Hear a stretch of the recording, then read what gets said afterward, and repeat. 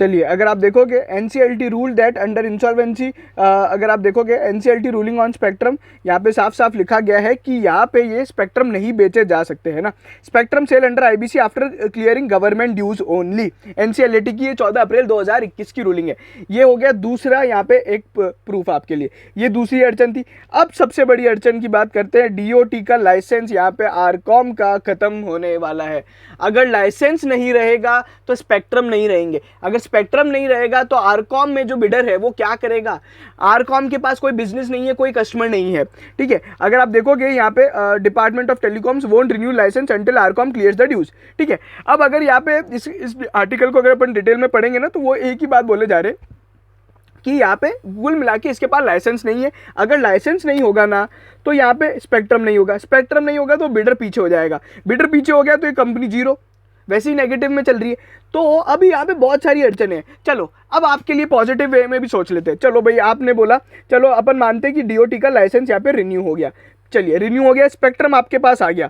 But यहाँ पे पहली बात तो डीओटी का लाइसेंस तब रिन्यू होगा जब यहाँ पे आप पुराने ड्यूज चुकाओगे। इनके 26,000 करोड़ का कुछ एजीआर ड्यूज है जितना मुझे आइडिया है। चलो लेट से जो भी नंबर है, आज की तारीख में तो आरकॉम वैसे भी पे नहीं कर सकता। चलो डीओटी ने यहाँ पे अपन मान लेते लाइसेंस रिन्यू कर दिया। लाइसेंस रिन्यू करने के बाद यहाँ पे एक और कंडीशन आ जाती है, स्पेक्ट्रम तब बिकेगा जब स्पेक्ट्रम का एजीआर ड्यूज चुकेगा। तो एजीआर ड्यूज चुकाने की कैपेसिटी किसके पास है? नहीं है, किसी के पास भी नहीं है, ठीक है। अच्छा स्पेक्ट्रम नहीं बिका तो यहाँ पे वो भी अपना नहीं होगा। चलो लेट से अपन मान लेते हैं कि स्पेक्ट्रम क्या है ना, वो सब रिन्यू भी हो गया, स्पेक्ट्रम भी मिल गया, डीओटी का लाइसेंस भी हो गया। आरबीआई ने मना कर दिया क्योंकि आरबीआई बोल रहा है कि यूवी एयरसेल तो बीड ही नहीं कर सकता है। तो इतनी सारी अड़चने हैं। एक इंपॉर्टेंट बात का मैं क्लैरिफिकेशन दे दूं, ये जो कंपनी है ये एनसीएलटी आईबीसी के अंदर चल रही है और इसके अंदर अनिल अंबानी कुछ भी नहीं कर रहा है। मुझे कोई भी बंदा अगर ये न्यूज़ बता दे कि Anil Ambani is doing something, कुछ भी नहीं कर रहा है। अनिल अंबानी इस कंपनी के अंदर अभी कुछ भी नहीं है। जो लोग ये सोच रहे हैं कि अडाक ग्रुप में अभी वापस एक टर्न अराउंड आ रहा है, तो ये अडाक ग्रुप से बाहर चली गई है। इसके अंदर रिजोल्यूशन प्रोफेशनल यहाँ पे सब करता धरता है और ये बैंक्स के कंट्रोल में है। ये आप बात जितनी अच्छी तरीके से समझ लो तो ये उतना अच्छा है आपके लिए। मैं मानता हूँ अनिल अंबानी बहुत कुछ कर रहा है, दो उसमें बहुत सारी प्रॉब्लम्स हैं। वो केवल दो कंपनियों में अभी छेड़छाड़ कर सकता है, एक रिलायंस कैपिटल में कर सकता है और रिलायंस इंफ्रास्ट्रक्चर के अंदर कर सकता है। आरकॉम के अंदर वो कुछ भी नहीं कर रहा है। दो फंड रेजिंग के अनाउंसमेंट किया अडाक ग्रुप ने और दोनों फंड रेजिंग रिलायंस कैपिटल और रिलायंस इंफ्रा में। आरकॉम के अंदर कोई भी फंड रेजिंग नहीं है, अनिल अंबानी का कोई इन्वॉल्वमेंट नहीं है, ना ही अनिल अंबानी इसमें कोई पैसा डालेगा क्योंकि ये कंपनी ऑलरेडी दिवालिया है। इनके करोड़ों रुपए के तो बकाये चल रहे हैं और ये कंपनी लॉस मेकिंग है। इनकी फिनेंशियल अगर आप कंडीशंस देख लोगे तो आप बिल्कुल भयभीत हो जाओगे। अब मैं आपको क्या बोल रहा हूँ कि अब मैं आपको क्यों बोल रहा हूँ शेयर बेचने के लिए। देखो इसके पीछे बहुत ही सिंपल रीजन क्या होता है, लेट से सारा यहाँ पे रिजोल्यूशन प्लान वगैरह अप्रूव भी हो जाता है तो भी आप तो फिर भी लॉस में रहोगे। ये कैसे होगा? देखो आज मान लो आपके पास 100 शेयर है और आप 100% शेयर होल्डर हो। अब यूवीएआरसीएल आता है, बोलता है हमको ये कंपनी खरीदनी है। अब भैया वो जब कंपनी में स्टेक खरीदेगा ना तो वो सीधा 99% स्टेक खरीदेगा, ठीक है। वो 99% स्टेक खरीदने के लिए एग्जिस्टिंग 100% शेयर होल्डर या तो जीरो हो जाएंगे या फिर 1% में रह जाएंगे। मतलब आपके पास जो 100 शेयर है वो आपका 1 रुपये का हो जाएगा। अगर आपको लगता है कि आपने इस भाव पे 3 रुपये में खरीद रखा और रिलायंस कम्युनिकेशन यहाँ पे 100 गुना बढ़ जाएगा, मतलब 300 रुपये का हो जाएगा, तब आपका यहाँ पे रिलायंस कम्युनिकेशन में रहना एकदम वाजिब है और आपको रहना चाहिए। आपको फिर तब जाके आपको फायदा मिलेगा। ये सारी चीज़ें अब मैं आपको क्यों बोल रहा हूँ, ऐसा हर कंपनी में हुआ है। रुचि सोया में देख लो, ठीक है, जेएसडब्ल्यू इस्पात में देख लो, ऑर्चिड फार्मा में देख लो या फिर आप आलोक इंडस्ट्रीज में देख लो। सभी कंपनीज में यहाँ पे जो प्रमोटर का स्टेक होता है वो 99% के लगभग होता है या फिर 99% से ज़्यादा होता है।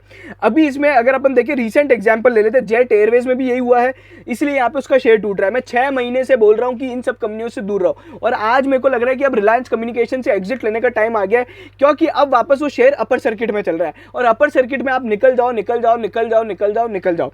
अब अब यहाँ पे अगर अपन रुचि सोया, जेट एयरवेज, डीएचएफएल सब में यही हो रहा है।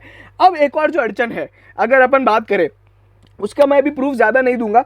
अभी क्या हुआ है, सेबी ने एक नया नॉर्म निकाला है। रुचि सोया की केस के बाद सेबी ने बोला है कि कोई भी कंपनी अगर आईबीसी में वो वापस रीलिस्ट होती है तो उसके अंदर मिनिमम 5% स्टेक यहाँ पे पब्लिक के पास होना चाहिए। अगर ऐसा नहीं है तो वो कंपनी को आपको डीलिस्ट करना पड़ेगा और ये एक बहुत बड़ा रीज़न है कि बहुत सारी कंपनीज डीलिस्ट हो रही है। डीएचएफएल वॉज एन एग्जाम्पल क्योंकि डीएचएफएल के अंदर पिरामल ने बोला है हमको 100% स्टेक चाहिए। अब वो कंपनी के पास अगर 5% पब्लिक होल्डिंग नहीं है तो उसको डीलिस्ट कर दिया गया। जेट एयरवेज में ऐसा नहीं हो रहा है क्योंकि जेट एयरवेज के अंदर 8 से से 9% स्टेक यहाँ पे बैंक रखेंगे जो पब्लिक शेयर होल्डर माने जाते हैं, इसलिए जेट एयरवेज वहाँ पर रीलिस्ट होगा। लेकिन मेरी एकदम क्लियर कट राय है जेट एयरवेज से बाहर हो जाना। मैं हर बार बोलता हूँ, आप मेरे जेट एयरवेज की वीडियो भी देख लेना, ठीक है। वो सारी अंत में अगर अपन आपको चाहिएगा ना तो मैं वो सब वीडियोस में आपको दिखा दूंगा कहाँ कहाँ है, कैसे आप उन वीडियोस को एक्सेस कर सकते हो। चलिए, तो ये सारी अड़चने हैं। अभी आपको, अब मेरे को और कोई प्रूफ दिखाने की जरूरत नहीं है। अब एक और जो नया यहाँ पे नियम आया है, एक और जो लास्ट बात है, बीएसई और एनएसई ने अभी एकदम स्ट्रिक्ट हो गई है इन कंपनीज के लिए। अगर उनको लगता है तो वो यहाँ पे ट्रेडिंग सस्पेंड कर देंगी। उन्होंने अभी एक रिसेंट में बिल्कुल नोटिफिकेशन निकाला है, उसका प्रूफ चाहिए तो बिल्कुल प्रूफ सबका मिलेगा। बस मेरी यहाँ पे आपको प्रूफ दिखाने का मेरा यही एक वो है कि आप यहाँ पे अपने शेयर्स बेचते हैं। आईबीसी अगर अपन सर्च करते हैं, और बीएसई एनएसई ने अभी यहाँ पे एकदम स्ट्रिक्ट हो गए, क्योंकि डीएचएफएल और जेट एयरवेज 2 केस थे और वीडियोकॉन जैसे केस थे जहाँ पे कंपनीज को बहुत ज़्यादा नुकसान हुआ है। तो यहाँ पे एक्सचेंजेस ने अब यहाँ पे बहुत ज़्यादा नोटिफिकेशन वगैरह निकाले हैं, उसमें साफ साफ बोला गया है अगर यहाँ पे एनसीएलटी और अगर उनको लगता है कि ये कंपनी में शेयर होल्डर्स का यहाँ पे नुकसान होगा तो वो या तो उसकी ट्रेडिंग सस्पेंड कर देंगे या फिर आपको एक अलर्ट जारी हो जाएगा। और ऐसा करने से क्या इंपैक्ट आएगा कि शेयर में सर्किट लगने चालू हो जाएंगे। जब ये इंफॉर्मेशन वाइडर लेवल पे अवेलेबल होगी कि यहाँ पे आरकॉम का, यहाँ पे कोई भी कंपनी आईबीसी में उसका share is worth nothing, then यहाँ पे आप यहाँ पे पैसा निकालना बहुत मुश्किल हो जाएगा। अभी ये सारी इन्फॉर्मेशन, अभी क्या है कि जेट एयरवेज में और इन सब में तो क्या रिजोल्यूशन प्लान वगैरह सब अप्रूव हो गए, सब कुछ हो गया। आरकॉम अभी भी बहुत लंबी स्टेज पे, उनमें 3-4 जो अड़चने मैंने बताई वो तो है ही, उनको क्लियर होने में 1 साल लग जाएगा। तो आप ये मान के चल लो कि 1 साल या फिर 6 महीने लग जाएंगे। तो अभी आपके पास समय है, आप शांति से यहाँ पे निकल जाओ, ठीक है। मैं ऐसा अपडेट बार बार देता रहूंगा, बट यहाँ पे मेरी यही राय रहेगी कि यहाँ पे आप निकल जाए। अच्छा, कुछ FAQs ले लेते हैं। सर ये सारा जो आप बोल रहे हो डी लिस्टिंग वगैरह, ये कब कब होगा? देखो आरकॉम में कब होगा तो मैं आपको बता दूं, अभी कम से कम 6 महीने उस बात को। अच्छा, तब तक हम ट्रेड कर सकते हैं क्या? बिल्कुल आप ट्रेड कर सकते हो और आप इसमें इन्वेस्ट कर सकते हो, लेकिन ये इन्वेस्टमेंट और ट्रेड बिल्कुल वैसा ही है कि मैं आपको बोलूँ कि ये बैंक है जो 6 महीने बाद यहाँ पे ख़त्म होने वाला है, पर तू चाहे तो आज यहाँ पे पैसा लगा सकता है। तो ये बिल्कुल वैसा ही है। मतलब आप ऐसी जगह, आप अपने ना नोट पेट्रोल के पास रख रहे हो, बस कोई चिंगारी देने की देर है। ऐसा बिल्कुल ये बहुत बहुत ज़्यादा रिस्की ट्रेड है। लोग को क्या लगता है कि हम 5-10% कमाने के लिए, आज जेट ये मान लो 3, 3.5, 4 रुपये का शेयर है, हम 4 रुपये से 5 रुपये में निकल जाएंगे। बट उस 4-5% के कारण क्या हो जाता है, अपनी पूरी कैपिटल यहाँ पे लग जाती है। आप में से बहुत से लोग यहाँ पे जेट एयरवेज में इन्वॉल्व होंगे या फिर DHFL वीडियोकॉन में इन्वॉल्व होंगे। हमको इतने मैसेज आए, कुछ लोगों ने तो अपनी जिंदगी में पहला ट्रेड ही जेट एयरवेज, वीडियोकॉन, DHFL से किया था और कंप्लीट मनी लॉस्ट हो चुका है। अब अपन क्या सोचते हैं कि अपन 5-10% के लिए अपना पूरा का पूरा 100% कैपिटल लगा देते हैं, और फिर जब वो कंपनी दिवाली हो जाती है अपने को लगता है अरे यार ये तो हमारे साथ घपला हो गया, सेबी कुछ नहीं कर रही है, ये है वो है फलाना आइटम का है।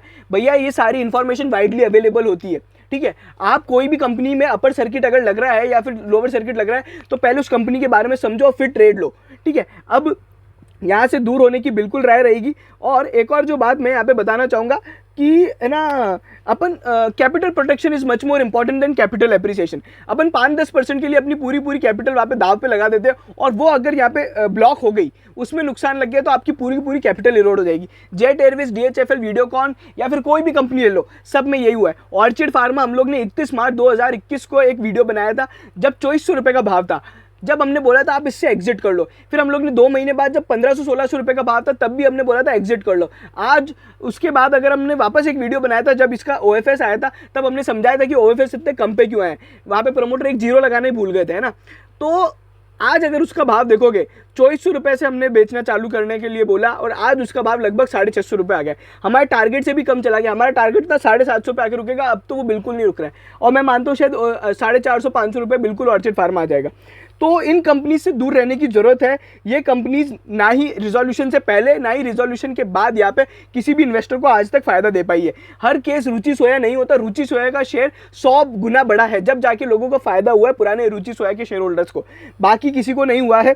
और मेरी बिल्कुल राय रहेगी आप यहाँ पे दूर हो जाओ। अच्छा, इस कंपनी के अंदर है ना ऑडिटर जो है उन लोग ने तो अपना ओपिनियन यहाँ पे क्वालिफाई किया है। उन्होंने बोला है कि यहाँ पे कंपनी ने अपना जो कैलकुलेशन किया है वो बिल्कुल गलत किया है।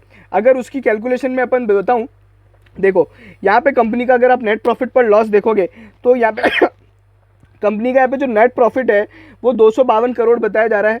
उसके बाद यहाँ पे अगर आप देखते हो not net profit loss from the discontinued operation, यहाँ पे कंपनी बोल रही 4,600 करोड़ का लॉस है, बट यहाँ पे ऑडिटर बोल रहे हैं 8,000 करोड़ का लॉस है। क्यों? कंपनी ने कुछ अपने यहाँ पे इंटरेस्ट वगैरह का प्रोविजन नहीं किया है। कंपनी बोलती है कि यहाँ पे हम लोग आईबीसी के अंदर है तो हमें यहाँ पे इंटरेस्ट वगैरह पे करने की जरूरत नहीं है। कंपनी की फाइनेंशियल कंडीशन इतनी जोरदार है कि मतलब मैं आपको क्या बोलूँ, नेगेटिव नेटवर्थ है, बिजनेस वगैरह कुछ है नहीं। आपको पता है इसने सारे बिजनेस तो लगभग एग्जिट कर लिए और इनमें जो छोटा मोटा बिजनेस रह गया है वो एंटरप्राइज सॉल्यूशन का रह गया, बहुत ही कम बिजनेस होता है। जहाँ 1685 करोड़ का रेवेन्यू हुआ था वहाँ पे अभी सीधा 760 करोड़ का रेवेन्यू हो गया। प्रमोटर्स है नहीं इस कंपनी में, कोई करता धरता है नहीं इस कंपनी के अंदर। केवल और केवल ये कंपनी अब केवल पेपर पे रह जाएगी अगर डीओटी ने इसका लाइसेंस रिन्यू नहीं किया, और डीओटी ने तो साफ बोल दिया हम लोग लाइसेंस रिन्यू नहीं करेंगे। और ये सब हुआ तो इससे किसी ना किसी का और किसी का नुकसान हो नहीं, और बैंक्स का बड़ा नुकसान है। तो अब यहाँ पे सरकार तो बिल्कुल क्लियर है कि इसका लाइसेंस रिन्यू नहीं करेंगे। अब यहाँ पे थोड़ी बहुत यहाँ पे कोर्ट केस वगैरह चलेंगे, उनमें कोई यहाँ पे पॉजिटिव मूवमेंट आया तो ठीक है। तो ये सारी चीज़ें अब यहाँ पे आप बिल्कुल बिल्कुल बिल्कुल जल्द से जल्द निकल जाओ। जिस भाव पे लिया था मेरी राय रहेगी एक बार कॉस्ट पे निकल जाओ, ठीक है। मैं ये नहीं बोल रहा आप लॉस में बेच के निकलो, बट आप है ना जब तक ये शेयर अपर सर्किट में तब तक फटाफट से यहाँ से एग्जिट कर लो, एग्जिट कर लो, एग्जिट कर लो। मैं आपको फिर बोल रहा हूँ आप 6 महीने बाद जब इसका रिजोल्यूशन प्लान अप्रूव होगा और ये शेयर डीलिस्ट या फिर एक्सटिंग्विश हो रहा होगा ना, तो आप याद रखोगे कि यार मैंने बताया था। और लोग बाग उनको बोलते हैं हम लोग, मैं आपको एग्जाम्पल भी दे सकता हूँ ना, मेरे को कोई दुख भी नहीं है। मैं यहाँ पे आपको बताता हूँ, ये देखो मैंने यहाँ पे कंपनीज की लिस्ट बनाई है जो है ना जेट एयरवेज और डीएचएफएल जैसी कंपनियां होंगी। और ऐसा नहीं है मैं ना इन कंपनीज पे वीडियो लोअर सर्किट लगने के बाद बनाता हूँ। ये आप देख लो 9 जुलाई का video, don't invest in the company you will lose money. क्यों? डीएचएफएल जेट एयरवेज वीडियो का 9 जुलाई 2021 का वीडियो, जब ये सारी कंपनीज ट्रेड कर रही थी। मेरे ऑलरेडी 25 वीडियोस में बना चुका हूँ इन कंपनीज पे, जिसमें DHFL, jet Airways, orchid pharma, Videocon cover कर रहा हूँ। और एक और कंपनी मैं बता देता हूँ, उत्तम वैल्यू स्टील और जेपी इंफ्रा। जेपी इंफ्रा के लिए भी मैंने बोला था कि जेट एयरवेज जैसा कांड होगा और ये सारी चीज़ें। अगर आप देखोगे जेट एयरवेज के लिए मैं कब से बोल रहा था, 6 महीने पहले मैंने जेट एयरवेज के बारे में बताया था। अगर आप देखोगे तो वो सारी वीडियोज़ भी यही हैं। देखो अगर मैं आपको लेके चलूँ, यहाँ पे देखते जाओगे ना आप, यहाँ पे ये मैं बोल रहा हूँ जेट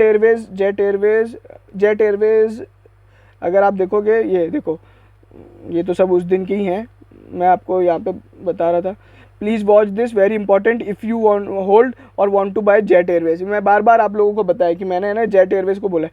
जेट एयरवेज यहाँ पे फिर रिजोल्यूशन प्लान आया था और यहाँ पे jet air is worth nothing, sell your shares, ignore upper circuit. मैं इतने यहाँ पे लोगों को मैंने वो दिए ना। ये जैसे ही यहाँ पे एनसीएलटी का रिजोल्यूशन आया था ना, सबसे पहले हम लोग ने इंडिया में सबसे पहले हमारे इस पे यहाँ पे डाला था कि आप इससे एग्जिट कर लो। और ये जब शेयर अपर सर्किट में था ना तब मैंने बताया था। आप ये देख लो, already recommended to sell, exit exit exit. Orchid Pharma हो गया, जेट एयरवेज हो गया, सब कंपनीज़ के बारे में मैंने इतनी बार बताया कि आप यहाँ पे एग्जिट हो जाओ, एग्जिट हो जाओ, एग्जिट हो जाओ। Jet Airways stay away from its existing share holder worth nothing. ये कंपनी का जो वीडियो है ना ये तो बहुत पुराना है, मतलब ये जो 99% वाला स्टेक का मैंने समझाया था ये बहुत पुराना है। अच्छा, अब इन कंपनीज़ में ये सब ऐसा क्यों होता है? देखो आपको सिंपल समझना चाहिए। मान लो एक है ना फैक्ट्री है, वो फैक्ट्री पूरी बंद हो चुकी है, दिवालिया, उसके अंदर केवल मशीन्स वगैरह पड़ी है, ठीक है। आप उस कंपनी के है ना उस फैक्ट्री के ओनर हो। अब आपके पास तो पैसे हैं नहीं। अब एक नया आदमी बोल रहा है यार मैं फैक्ट्री चालू कर दूंगा, मैं पैसे भी लगाने को तैयार हूँ, पर आप ये समझो कि आपके पास तो कुछ है नहीं, आपके पास केवल ये फैक्ट्री है, ठीक है। आप इस फैक्ट्री पे आपने लोन भी ले रखा है, ठीक है, इसी फैक्ट्री पर लोन ले रखा है। अब जो ओनर बोल रहा है कि यार मैं आ जाऊंगा, पैसे भी लगा दूंगा, पर मैं तेरे को क्यों ओनरशिप दूं? मैं जो पैसा लगाऊंगा वो पैसा पहले तो मेरे को लोन चुकाने के लिए देना पड़ेगा, और जो बाकी का पैसा है वो मैं पूरी की पूरी फैक्ट्री के ओनर खुद को बनाऊंगा। अब मैं तेरे को ओनर क्यों बनाऊं? वो पुराने कंपनी को क्यों यहाँ पे ओनरशिप देगा? ठीक है, वो कंपनी में उतना ही पैसा लगाएगा जितनी उसकी वर्थ है, उससे ज़्यादा वो पैसा यहाँ पे इन्वेस्ट करेगा तो वो अपने शेयर्स भरेगा ना, अपनी जेब भरेगा ना। जेट एयरवेज में मुरारी लाल जलन अपने यहाँ पे जेब भरेगा, डीएचएफएल में पिरामल अपनी जेब भरेगा। अब लोग बाग ये बोलते हैं पिरामल ने घपला किया, इनने घपला किया, उनने घपला किया। मैं बोल रहा हूँ नरेश गोयल ने घपला किया है ना। सारा कांड नरेश गोयल, कपिल वाधवान या फिर इन लोगों का है, अनिल अंबानी का है। अपन है ना गवर्नमेंट को और इन सबको यहाँ पे दोष देते हैं कि इन लोग ने हमारे साथ फ्रॉड कर लिया। जिन लोगों ने कंपनी में असली यहाँ पे फ्रॉड किया है अपन उसको तो कभी बोलते नहीं है। हम लोग को बहुत सारे लोगों ने बोला कि पिरामल बहुत गलत कर रहा है, गलत कर रहा है। गलत जिन्होंने किया है उनको पकड़ो, ठीक है, वो तो वैसे भी पकड़े हुए हैं, उनको तो पकड़ रखा है कपिल वाधवान वगैरह को।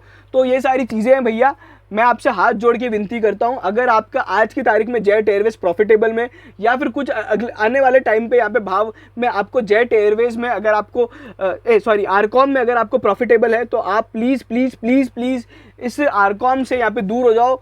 बहुत लोग यहाँ पे है ना बर्बाद हो जाते हैं इन कंपनीज में, तो आप दूर हो जाओ, दूर हो जाओ। ये छोटे मोटे ट्रेड के लिए आप है ना इग्नोर कर दो। मैं बोल रहा हूँ आपको ऐसे ही ट्रेडिंग वगैरह चाहिए ना, मैं बोल रहा हूँ आप वीडियोकॉन क्या सॉरी अपना इसमें लगा लो, वोडाफोन में लगा लो, ठीक है। कम से कम वोडाफोन ऐसी का स्थिति में नहीं है ना।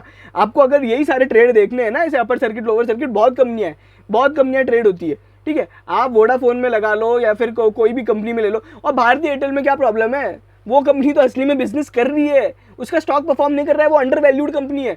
मैं बोल रहा हूँ आज आप मेरे को 1 साल बाद याद रखोगे कि मैंने भारतीय एयरटेल आपको बताया था, it's very very strong stock, है ना। तो ये सारी चीज़ें प्लीज़ प्लीज़ प्लीज़ आप अपना ये वीडियोकॉन और जो भी ये कंपनीज है, मतलब आरकॉम स्पेशली, वो यहाँ पे एग्जिट कर लो। वीडियोकॉन का तो शेयर ही नहीं बचा। दूसरी एक और कंपनी है जेपी इंफ्रा, उससे भी दूर हो जाना। उत्तम वैल्यू स्टील, उससे भी दूर हो जाना। इन दोनों पे भी वीडियो बिल्कुल आएगा, डिटेल वीडियो एकदम आएगा। मैं आपको सारी चीज़ें बताऊंगा उनमें भी क्या क्या हो रहा है, तो वो भी सारी चीज़ें अपन एक्सप्लेन करेंगे।